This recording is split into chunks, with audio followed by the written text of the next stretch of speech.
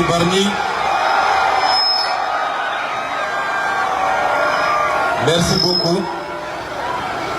Merci beaucoup pour accueil bi nga xam ne bettuñu ci Bargny parce que yàgg nañ fay ñëw campagne bi mooy 6e campagne électorale bu Pastef te ci 6 campagnes électorales yëpp ñëw nañ ci Bargny di rafetlu taxawaay bi di ci félicité ñi ko organisé ñëpp muy waa section communale bi ak waa coordination départementale bi ak alliés yi leen jàppale waa Bargny temps bi gàtt na mais di ngeen ma may ma aborder ñaar ba ñetti thèmes yu gàtt fii te jàpp naa ni ay yitte yi waa Bargny la bu ci njëkk mooy napp gi parce que fii dëkku Lébu la te ku wax Lébu li ci ëpp bokk wax mool wax naa ko bi ñu demee Mbuur waxat ko bi ñu demee Ndar waaye xam ngeen ni weer wi ñu nekk muy weeru novembre ci la accord de pêche yi nga xam ne moom moo ñu lii ak Union européenne jeex normalement madame le ministre de la pêche am na lu mu ci war a wax ci conférence de presse xaw ma ndax tey la ko def wala suba la ko waroon def waaye di ci gàttal fii ci Sénégal dootuñu nangu ñu jël li baax ci géej yépp ay ñu fi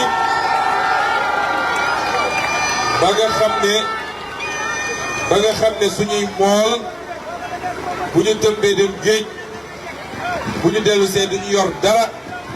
ba tax tey lu xel mënuloon xalaat mooy mool di jël gaal naan maa ngi dem def émigration bi Sénégal di dox dëgg ñi ëppoon alal mool yi bokk nañ ci ndax mooy liggéey boo xam ne da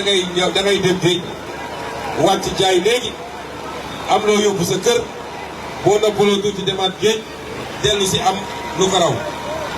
kon suñu demee ba mool di jël gaalam ji mu daan utee jën naan maa ngi dem émigration dafa fekk jën googu fekkatu ko ci géej gi loolu nag jàpp leen ni bis ni ngi tey jeex na Sénégal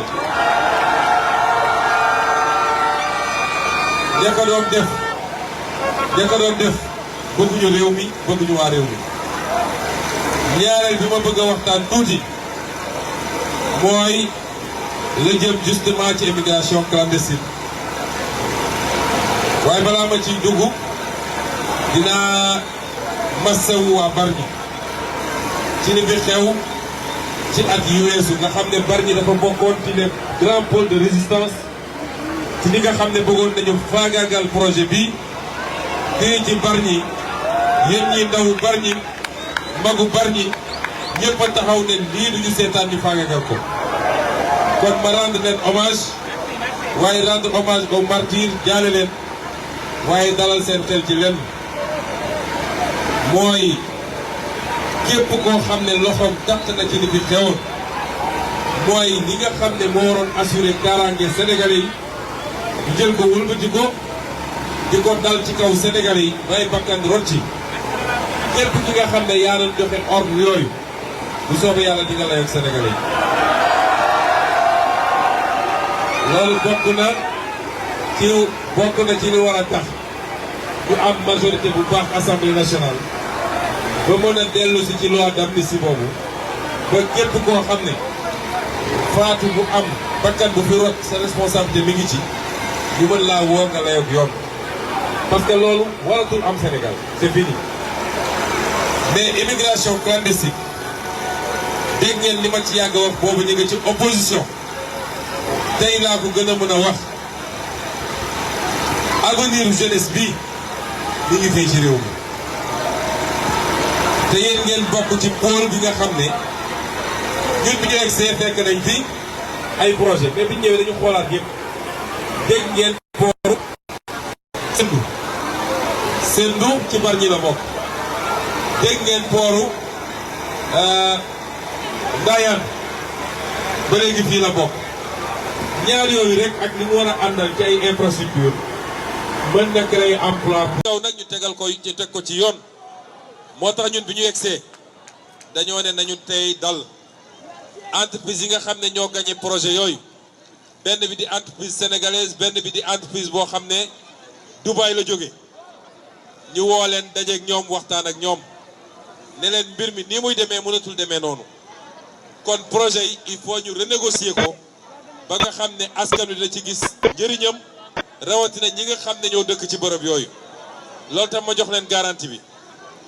mais yemul ci loolu yéen ñëpp xam ngeen ni boor bi dafa am problème mu suuf Sénégal foo laal am na problème suuf mais gëm naa ni Diamniadio moo ëpp problème mu suuf ci Sénégal suñ ne Diamniadio nag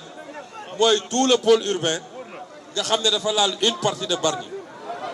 moo tax bi ñu toogee dañoo commencé waat saytu am na lu bëree bëri ñu bloqué parce que gars yi dañoo gëmloo nit ñi ne ay ville nouvelle la ñuy def ñu ne ay pôle urbain la ñuy def waaye pôle urbain boo xam ne foo dagg ñu ne président nañ ko jox 50 hectares ministre dañ ko jox 25 hectares gouverneur dañ ko jox 30 hectares loolu ci sàccum suuf la bokk waaye amul rapport ak le développement moo tax suuf soo sépp nag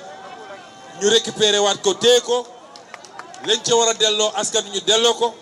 li war a dem ci ay projet de développement ñu yóbbu ko ci projet de développement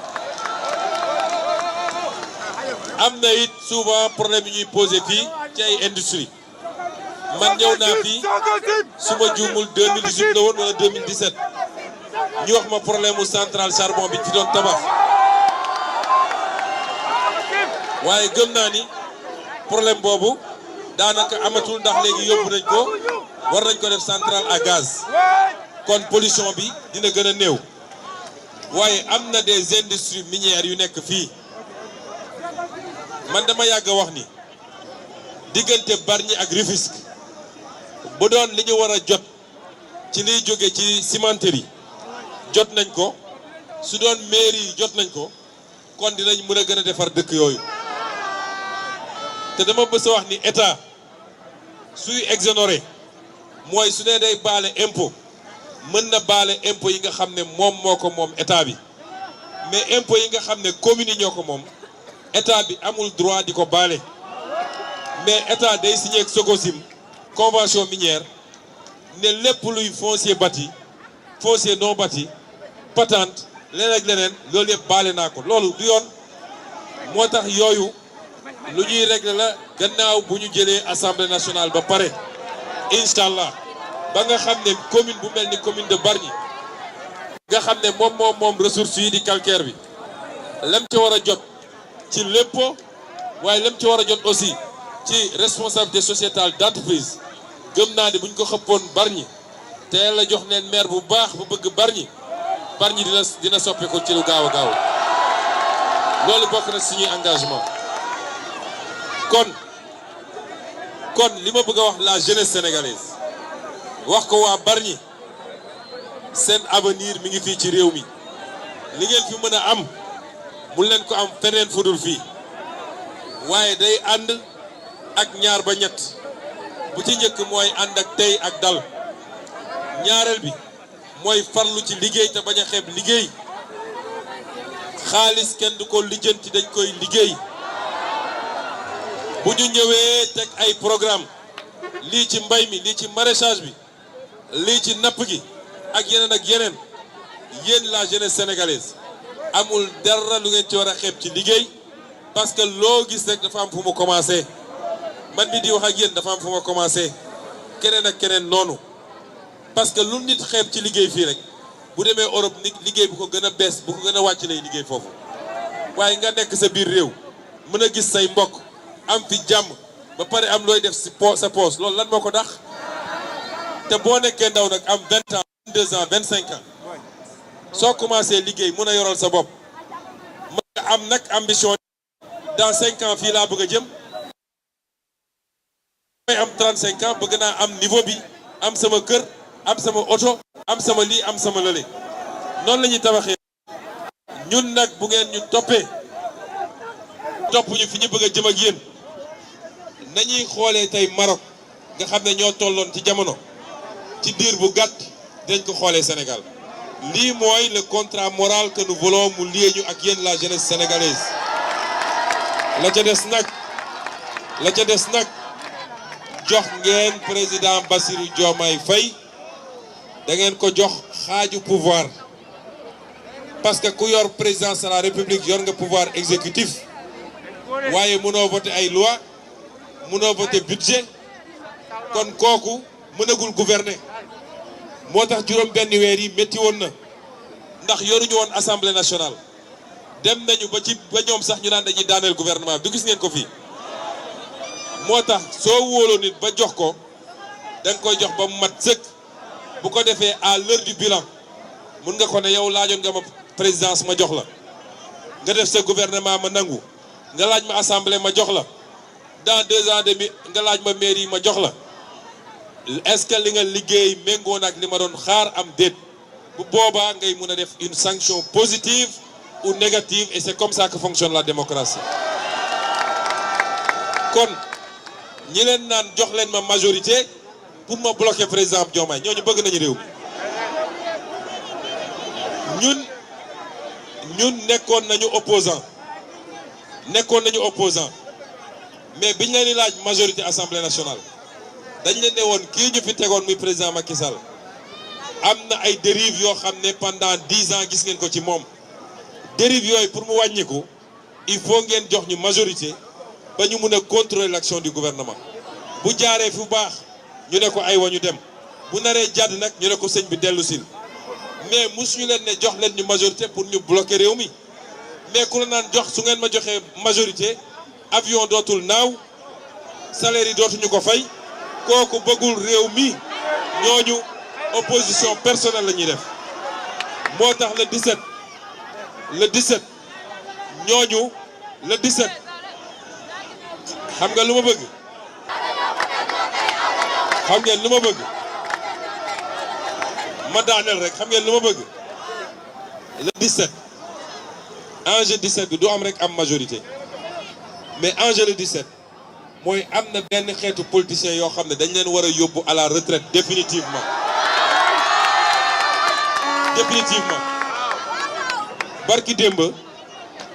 barki démb dama gis Amadou Ba barki démb dama gis Amadou Ba mu dem fële ci Fouta ne leen bu ngeen votelee pour man dinaa régler problème mu Fouta waaye yow nekk nga premier ministre nekk nga ministre des finances pendant 12 ans régler woo problème mu Fouta nga ne léegi nañ la jox député pour nga régler problème Fouta xam nga loolu waxu daanu sax saret rawul loolu moo tax xeetu politicien boobu les fonctionnaires milliardaires ñi nga xam ne jox nañu réew mi ñu tayle ko jaay géej gi jaay or bi jaay zircon bi jaay pétrole bi jaay gaz gi jaay suuf si ñooñu amatuñu pour taxaw di laaj baatu askan wi moo tax il faut ñu sanctionner leen score yi waratul nekk ay 54% ay 58% fii Bargny li ma fa bëgg mooy gën saa néew 90%. gars yi xam ni waa Bargny fu ñëwoon fa ñu nekkoon ña nga fa dëkku bañ la dëkku ngor la dëkku njub la dëkku liggéeykat la loolu dafa war a feeñ ci urne yi kon ñu ngi leen di gërëm di leen sant asalaamaaleykum wa rahmatullah